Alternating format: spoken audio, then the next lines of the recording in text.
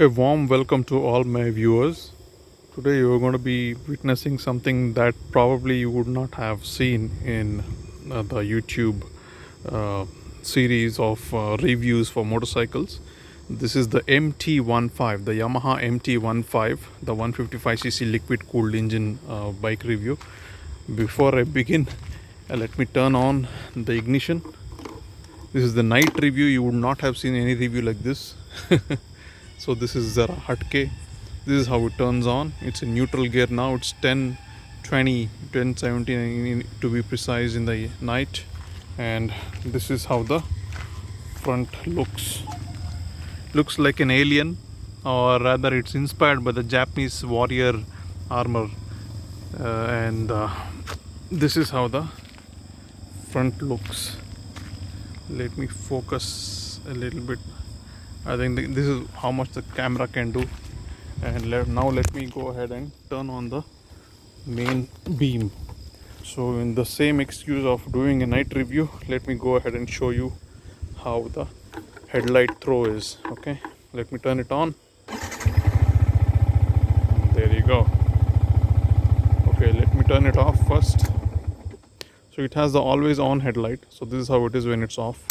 I turn it on. This is how much you couldn't see with just the DRLs.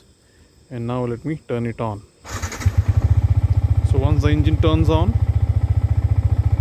so does the headlight. Okay, and this is the high beam, this is the low beam. High beam, low beam.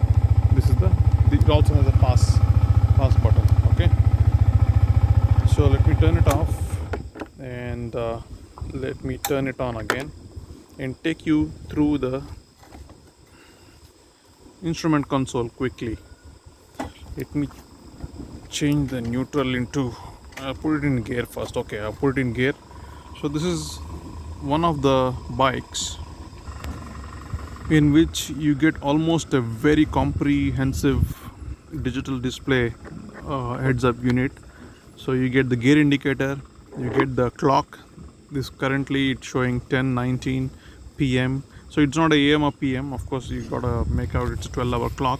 And let me also toggle through the switches. Let me show you where the switches are. Let me turn on my torch. Okay, so yeah, so this is it. This is the select switch. This is called as the reset switch, right? So let me turn it off and toggle through the select switch.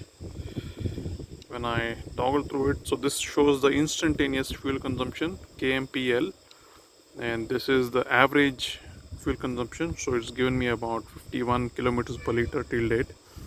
And this is the average speed indicator, and this is the odometer. It's run around 4120 kilometers. This is the trip A, and let me go through. This is the trip B, and this is the clock.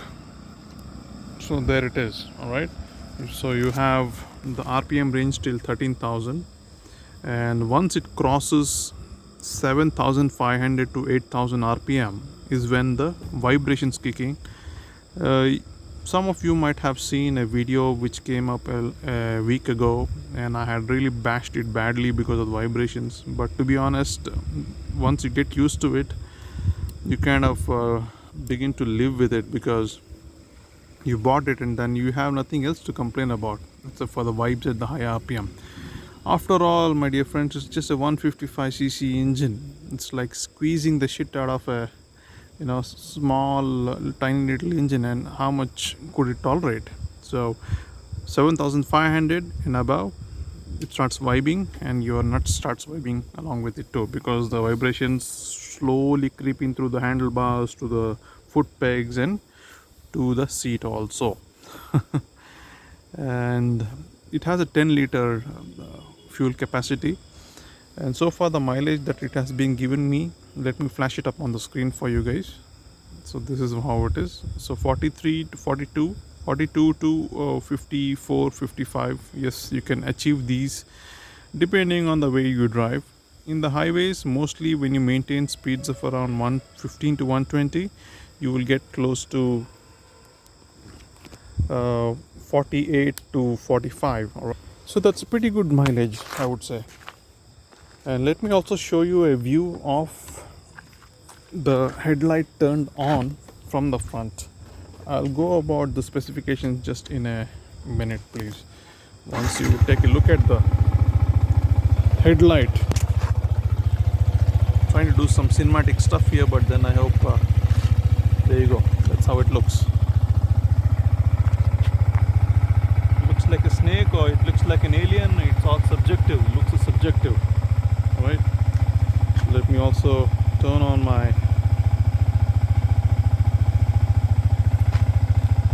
that's how it looks.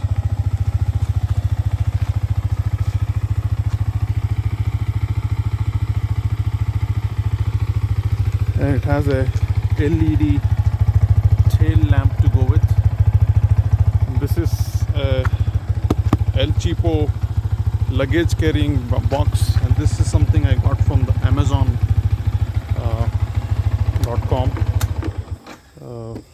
So it is like a top box case. Pretty neat. This is how the engine looks, nice and dirty. Please excuse the same because I didn't get time to wash it, and you know how dusty our roads are.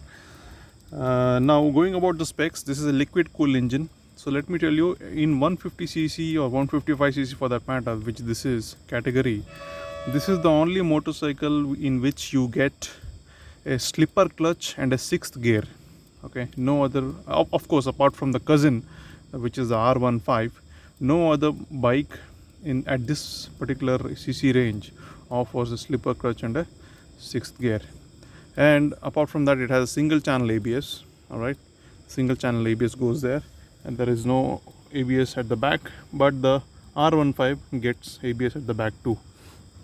And of course, the suspension is pretty okay, not too hard, not too soft, very well balanced and well modulated, so it does not really disturb you. Pretty comfortable rides in the city, I must say, not exactly a problem for that matter.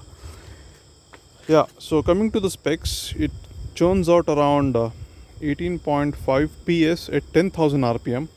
Like I said, once you cross maybe around 8,000 RPM, your nut starts vibing too because of the vibration creeping in. And it makes around 13.9 Newton meter torque at 8,500 RPM. 14 Newton meter torque for that matter. Because end of the day, a lot of things weigh in when you test a vehicle on a dyno. All right. For example, the quality of oxygen, quality of your air filter, okay, amount of oxygen available in the testing center, in the sense in the environment where it's being tested, the fuel quality, and so and so. Okay, so whatever you see published on the papers are basically something which was tested once, maybe twice, and then an average was probably taken. So that's how it is. Now going back, apart from the figures that I just shared with you, so it is a single overhead cam SOHC and 4 valves per cylinder. Of course, it has only one cylinder, that is, and liquid cooled engine. Okay, so there is the reservoir for it, that is the reservoir for coolant. All right. Now apart from that, I had actually done a few modifications. So one thing is, you would have noticed the windshield. It helps reduce the wind blast till the chest level a little bit, and it also adds to the looks. Okay, it looks pretty sexy, I would say. I've got a lot of comments and looks for the looks of it, even though it's just a 155cc engine. Among the circles of my friends, they always ask, "Oh wow, it's quite a looker." Okay, it does grab some attention, which is something I don't really like, because sometimes it gets unwanted attention too. Okay, now coming back to the other aspects, I was talking about the modification that I've done. So let me show you this thing.